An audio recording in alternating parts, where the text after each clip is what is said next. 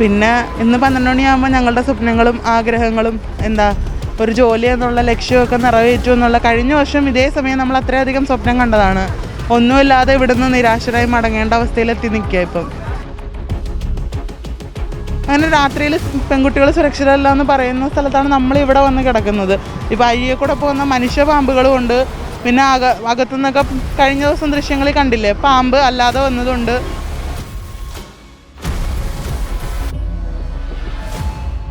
സഹിക്കാവുന്നതിൻ്റെ പരമാവധി ഞങ്ങളെല്ലാം സഹിച്ചു. അങ്ങനെയെങ്കിലും സർക്കാരിൻ്റെ ശ്രദ്ധ ഞങ്ങളിലേക്ക് എത്തട്ടെ, ഞങ്ങളിലേക്ക് ഒരു അലിവ് തോന്നട്ടെ എന്ന് വിചാരിച്ചു. പക്ഷേ കഷ്ടപ്പെട്ട് രാവ് പകലാക്കി പഠിച്ച് റാങ്ക് ലിസ്റ്റിലും ക്വാളിഫൈ ആയിട്ട് ഈ 3.5 ലക്ഷം പേരിൽ നിന്ന് ഞങ്ങൾ 1000 പേര് ഫിസിക്കലും പാസ്സായി നിന്ന് ഞങ്ങളോട് മുഖ്യമന്ത്രി സാർ പറഞ്ഞ അർഹതയില്ല എന്ന്. ഞങ്ങൾക്ക് എന്ത് ദുർവാശിയാണ്, ഞങ്ങൾക്ക് അർഹതപ്പെട്ട ജോലി ചോദിച്ചാണ് ഞങ്ങൾ ഇവിടെ കിടക്കുന്നത്. കാലാവധി അവസാനിക്കുന്ന ആ ഒരു 2-3 ദിവസത്തിനുള്ളിൽ ഒരു 185ഓളം വേക്കൻസി അവർക്ക് റിപ്പോർട്ടായി കിട്ടിയിട്ടുണ്ട്. അപ്പോൾ അതുപോലെ ഞങ്ങൾക്കും പ്രതീക്ഷിച്ചുകൂടെ? നമസ്കാരം. CPO റാങ്ക് പട്ടികയിൽ വന്ന വനിതാ ഉദ്യോഗാർത്ഥികളുടെ സമരം തുടർന്നുകൊണ്ടിരിക്കുകയാണ്.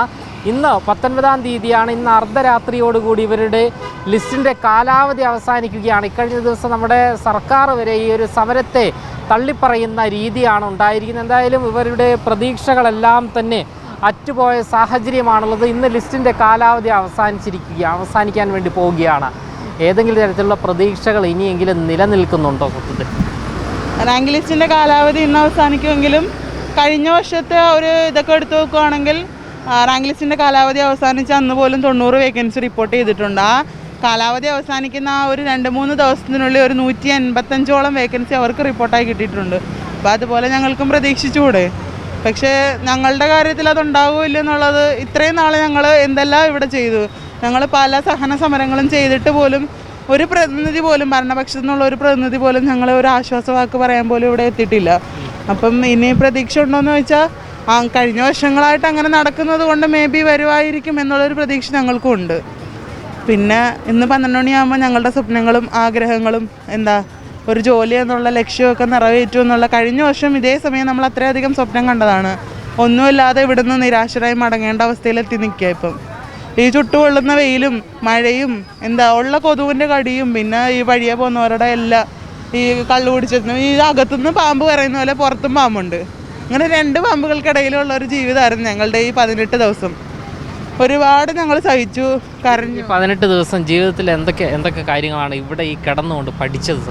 ഞങ്ങളിപ്പോൾ എവിടെ കിടന്നാലും ജീവിക്കും എന്നുള്ളൊരവസ്ഥയിലായി. എന്ന് വെച്ച് കഴിഞ്ഞാൽ നമ്മൾ ശരിക്കും സ്വപ്നം പോലും കാണാത്തൊരു സ്ഥലത്താണ് എത്തിയിരിക്കുന്നത്.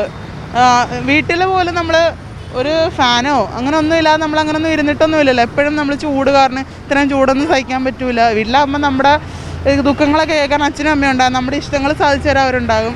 പക്ഷേ ഈ 18 ദിവസം ഞങ്ങളുടെ എല്ലാവരുടെയും തീരുമാനം എടുത്ത് ഞങ്ങൾ ഇവിടെ വന്ന് ഞങ്ങളുടെ ആവശ്യം നേടിയെടുക്കാൻ വേണ്ടി വന്ന് കിടന്നപ്പോൾ ഞങ്ങൾക്ക് നല്ല പൊള്ളുന്ന വെയിൽ സഹിക്കേണ്ടി വന്നു. ശരിയായ വെള്ളം കുടിക്കാൻ പറ്റിയില്ല, ആഹാരം ഉണ്ടായിരുന്നില്ല. പിന്നെ അതുകൂടാതെ മാത്രമേ നമുക്ക് രാത്രിയിൽ ഞങ്ങൾ രാപ്പകൽ സമരമായിരുന്നല്ലോ. ഇവിടെയാണ് കിടക്കുന്നത്. ഇവിടെ ഈ തെരുവിൽ ശരിക്കും അങ്ങനെ രാത്രിയിൽ പെൺകുട്ടികൾ സുരക്ഷിതരല്ല എന്ന് പറയുന്ന സ്ഥലത്താണ് നമ്മളിവിടെ വന്ന് കിടക്കുന്നത്. ഇപ്പോൾ അയ്യെ കൂടെ പോകുന്ന മനുഷ്യ പാമ്പുകളും ഉണ്ട്. പിന്നെ അകത്തുനിന്നൊക്കെ കഴിഞ്ഞ ദിവസം ദൃശ്യങ്ങളിൽ കണ്ടില്ലേ, പാമ്പ് അല്ലാതെ വന്നതുണ്ട്. പിന്നെ മറ്റു പല ജീവികളും. ഇതിൻ്റെ എല്ലാം നടക്കി. പിന്നെ അത് കഴിഞ്ഞിട്ട് മഴയൊക്കെ വരുമ്പോൾ നമ്മൾ ടാർപ്പ് പോലും കെട്ടാൻ പറ്റില്ല. അതൊക്കെ ഇങ്ങനെ പൊക്കി പിടിച്ചുകൊണ്ട് ഞങ്ങൾ പകുതി മയക്കത്തിലൊക്കെ നിന്നു. അപ്പോൾ അതുകൊണ്ട് നമ്മളെല്ലാം അതിജീവിച്ച് ഇവിടെ നിന്ന് നമ്മുടെ മാക്സിമം സഹിക്കാവുന്നതിൻ്റെ പരമാവധി ഞങ്ങളെല്ലാം സഹിച്ചു.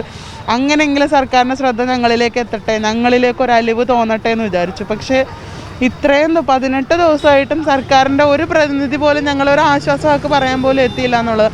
അതിനേക്കാൾ ഉപരി ഞങ്ങളെ വാക്കുകൾ കൊണ്ട് കുത്തി നോവിച്ചു എന്നുള്ളതാണ്. മെയിനായിട്ട് ബഹുമാനപ്പെട്ട മുഖ്യമന്ത്രി പറഞ്ഞു അർഹതയില്ല എന്ന് പറഞ്ഞു. 3.5 ലക്ഷം പേര് എഴുതിയ പരീക്ഷയിൽ നിന്ന് 60.67 കട്ട് ഓഫ്. ഇത്രയും നാളായിട്ട് അങ്ങനെ ഒരു കട്ട് ഓഫ് WCPAക്ക് വന്നിട്ടില്ല.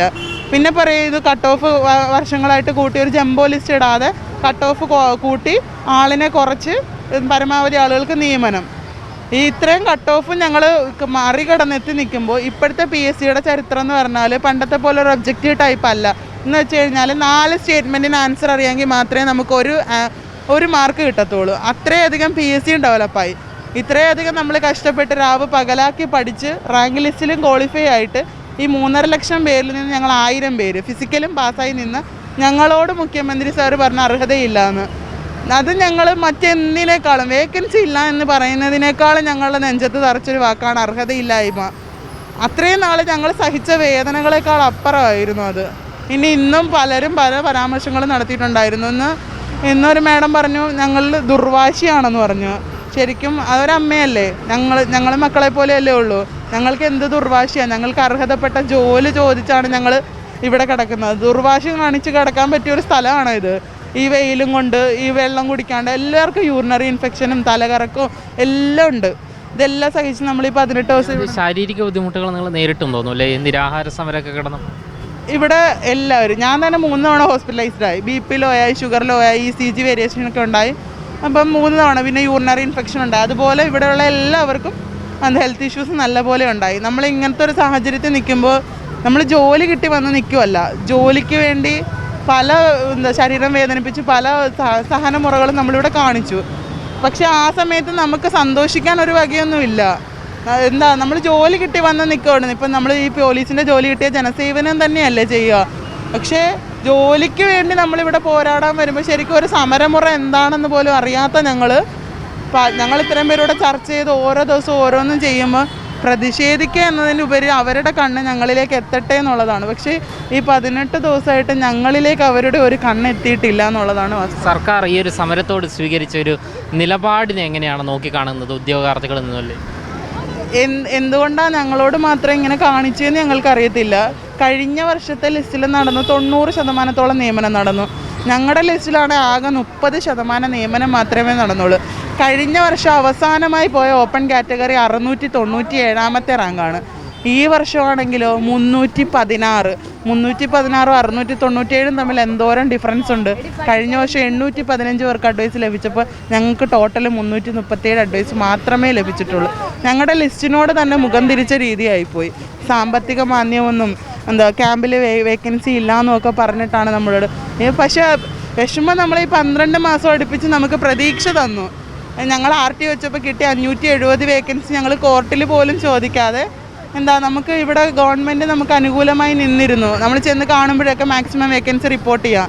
വർഷങ്ങളായിട്ട് ഇത് വേക്കൻസി റിപ്പോർട്ട് ചെയ്യുന്നതുകൊണ്ട് നമ്മളും അത് പ്രതീക്ഷിച്ചു നിന്നു. ലാസ്റ്റ് ഒന്നുമില്ല എന്ന് പറഞ്ഞപ്പോഴാണ് ഞങ്ങൾ ഇങ്ങനെ ഇവിടെ ഞങ്ങളുടെ ശ്രദ്ധ സർക്കാരിൻ്റെ ഭാഗത്തുനിന്ന് ഉണ്ടാവട്ടെ എന്ന് വെച്ച് ഇങ്ങനെ എത്തിയത്. എന്തായാലും ഇന്ന് ഇവരുടെ ലിസ്റ്റിൻ്റെ കാലാവധി അവസാനിക്കാൻ വേണ്ടി പോവുകയാണ്. പ്രതീക്ഷകളെല്ലാം തന്നെ അറ്റ അവസ്ഥയിലാണ്. ഈ ഉദ്യോഗാർത്ഥികൾ ഇവരുടെ വീടുകളിലേക്ക് മടങ്ങുന്നത് എന്നത് ഏറെ വിഷമിപ്പിക്കുന്ന ഒരു കാര്യം തന്നെയാണ്. 18ാം ദിവസം വെയിലെന്നോ മഴയെന്നോ ഇല്ലാതെ ഈ സെക്രട്ടേറിയറ്റിൻ്റെ തെരുവോരത്തിൽ ഇവർ സമരം ചെയ്യുമ്പോൾ നമ്മുടെ സർക്കാർ കരളലിവില്ലാതെ പെരുമാറി എന്നുള്ളതാണ് യാഥാർത്ഥ്യം. ഇനിയെങ്കിലും ഒരു ഉദ്യോഗാർത്ഥിക്കും, കേരളത്തിലുള്ള ഒരു ഉദ്യോഗാർത്ഥിക്കും ഇത്തരത്തിലുള്ളൊരു ഗതികേട് വരരുത് എന്നാണ് പറയാനുള്ളത്. ക്യാമറമാൻ അഖിൽ അശോകിനൊപ്പം അമൽ രുദ്ര, മറുനാടൻ മലയാളി, തിരുവനന്തപുരം.